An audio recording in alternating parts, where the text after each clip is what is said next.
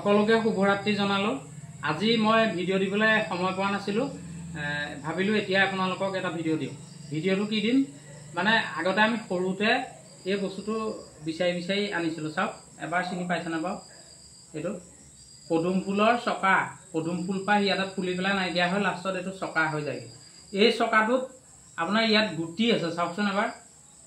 এয়া গুটি।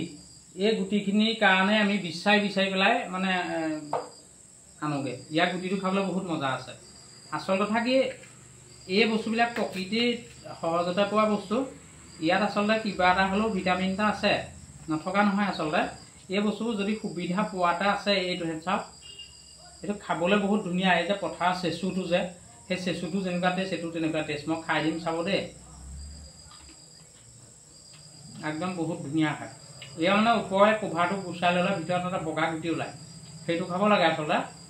মই এনেকৈ খাই দিলোঁ, এনেকৈও খাব পাৰে। এইটো বহুত ধুনীয়া খাবলৈ।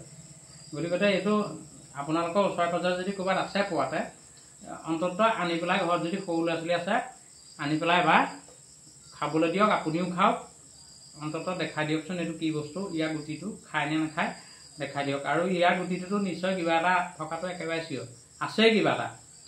প্ৰকৃতিত পোৱা বস্তুবোৰ ভগৱানৰ সৃষ্টি, তাতে হৈ গ'ল পদুম ফুল। ইয়াৰ গুটিটোত কিবা এটা নিশ্চয় আছে। আনকচোন পোৱাতে যদি আছে, আপোনালোকেও খাওক। ময়ো খাই আজি দেখাই দিলোঁ।